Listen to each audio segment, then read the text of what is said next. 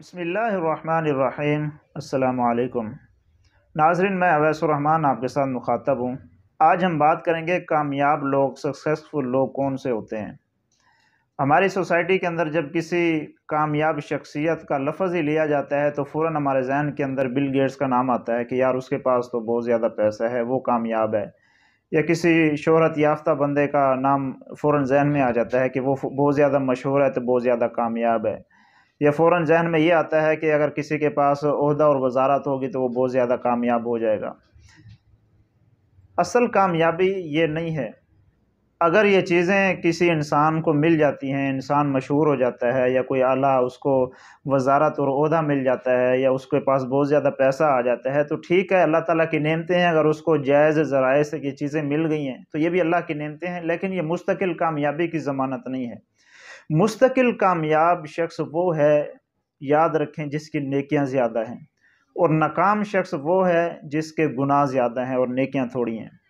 کیونکہ کل قیامت والے دن یہ نہیں دیکھا جانا کہ اس کے پاس بہت زیادہ پیسہ تھا تو دنیا میں کامیاب تھا تو چلو آخرت میں بھی کامیاب ہو گیا، یا دنیا میں یہ بہت زیادہ مشہور تھا تو آخرت میں بھی مشہوری کی بنا پر یہ کامیاب ہو گیا۔ دنیا کے اندر اس کے پاس ایک عہدہ اور وزارت تھی تو آخرت کے اندر بھی اسی بنا پر اس کو کامیاب کر دیا جائے، ایسا ہرگز نہیں ہوگا۔ آخرت میں وہ شخص کامیاب ہوگا جس کی نیکیاں زیادہ ہوں گی، اور جو جہنم سے بچ جائے گا، جنت میں داخل کر دیا جائے گا، حقیقی طور پر وہی شخص کامیاب ہے۔ اور اس وقت جو شخص ناکام ہوگا تو اس کی جو ناکامی ہوگی وہ ہمیشہ ہمیشہ کے لیے ہوگی۔ زندگی میں اگر بندہ ایک دفعہ ناکام ہو جائے تو پھر بھی وہ کامیاب ہو جاتا ہے، بلکہ وہ اپنی ناکامی سے سیکھ کر مزید وہ تجربہ حاصل کرتا ہے اور کامیاب ہونے کی کوشش کرتا ہے۔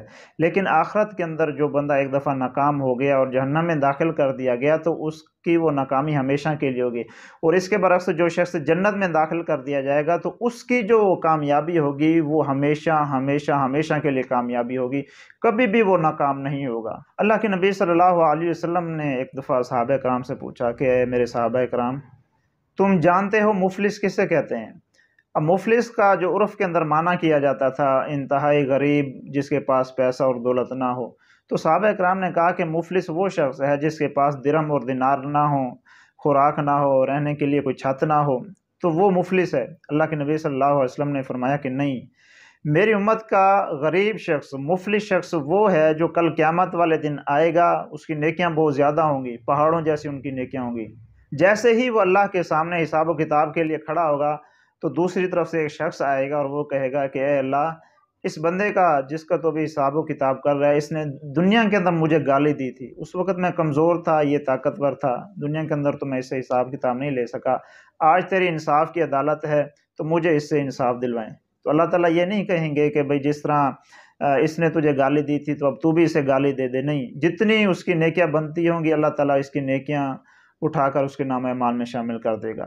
پھر دوسرا شخص آئے گا، وہ کہے گا کہ اللہ، اس نے دنیا کے اندر میرا مال کھایا تھا، اس وقت میں کمزور تھا، یہ طاقتور تھا، میں انصاف نہیں لے سکا، تو آج تیری انصاف کی عدالت ہے تو مجھے اس شخص سے انصاف دلائیے۔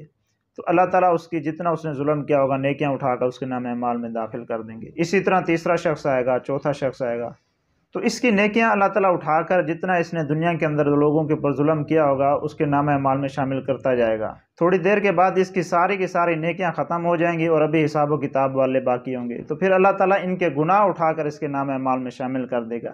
اب یہ شخص جو پوری زندگی نیک عمل کرتا رہا، نمازیں پڑھتا رہا، تلاوت کرتا رہا، دیگر فرائض سر انجام دیتا رہا، حقوق اللہ کا خیال رکھتا رہا، لیکن حقوق العباد کا اس نے خیال نہیں رکھا تو آخرت والے دن اس شخص کے جو نصیب میں ہوگی وہ ناکامی ہوگی۔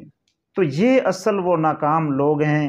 اگرچہ دنیا کے اندر جتنے ان کی واہ واہ ہو اور جتنا ان کو پاپولر سمجھا جائے اور جتنا ان کو کامیاب سمجھا جائے، اگر آخرت کے اندر وہ ناکام ہو گئے تو دنیا کی کامیابی ان کے کچھ کام نہیں آئے گی۔